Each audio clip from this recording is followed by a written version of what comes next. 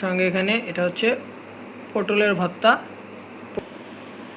সামান্য করে মাখিয়ে নিলাম। বিসমিল্লাহ। খেতে খুব মজা লাগছে।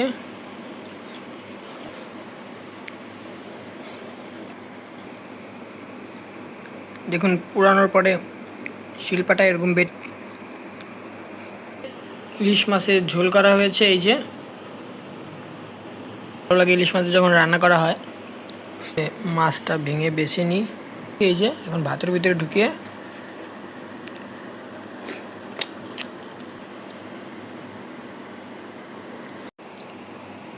হ্যালো এভরিওয়ান, আসসালামু আলাইকুম। কুকপুর ব্লগ চ্যানেলে আপনাদের আরও একবার স্বাগত জানাচ্ছি।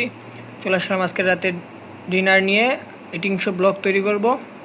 তো প্রথমে এখানে দেখুন ভাত নিয়ে নিয়েছি, আর সঙ্গে এখানে এটা হচ্ছে পটলের ভর্তা, পটল পুড়িয়ে তারপরে ভর্তা করা হয়েছে। এখন খাওয়া স্টার্ট করব।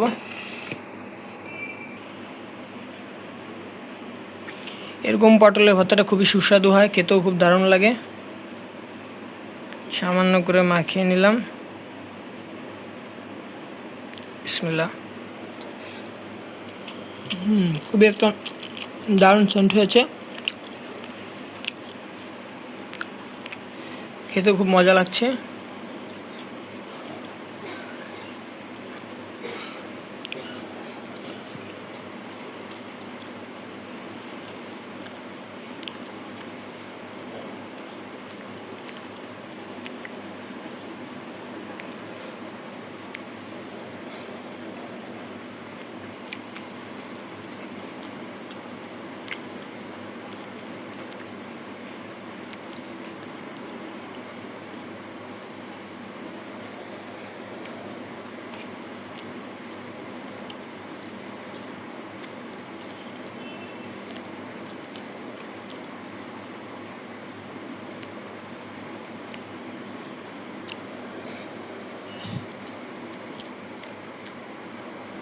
মনে হচ্ছে সম্পূর্ণ ভাত এই পটল ভর্তা দিয়ে খেয়ে নিই।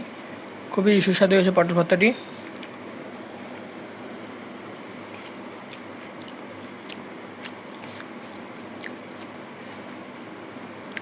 আপনারা কারা কারা পটল ভর্তা খেয়েছেন তারা আমাকে জানাবেন।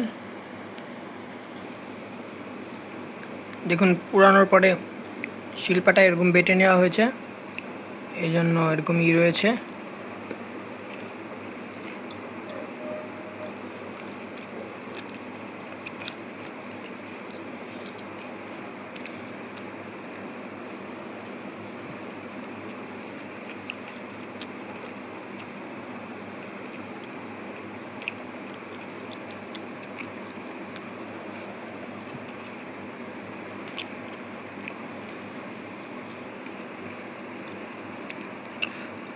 পটল ভর্তাতে আমার খাওয়া শেষ।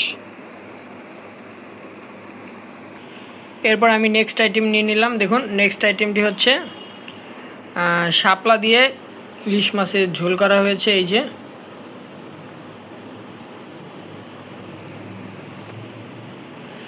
এখন আমি এটা খাওয়া স্টার্ট করব। শাপলাগুলো এরকম খেতে খুবই ভালো লাগে ইলিশ মাছের যখন রান্না করা হয়। খুবই স্বাদ হয়েছে।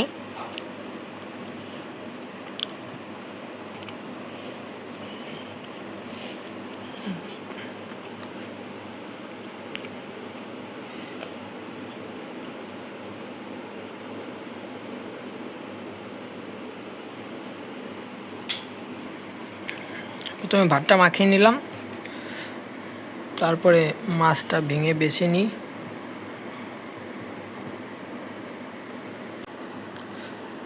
তো এখন মাছগুলো বেছেছি, এই যে এখন ভাতের ভিতরে ঢুকিয়ে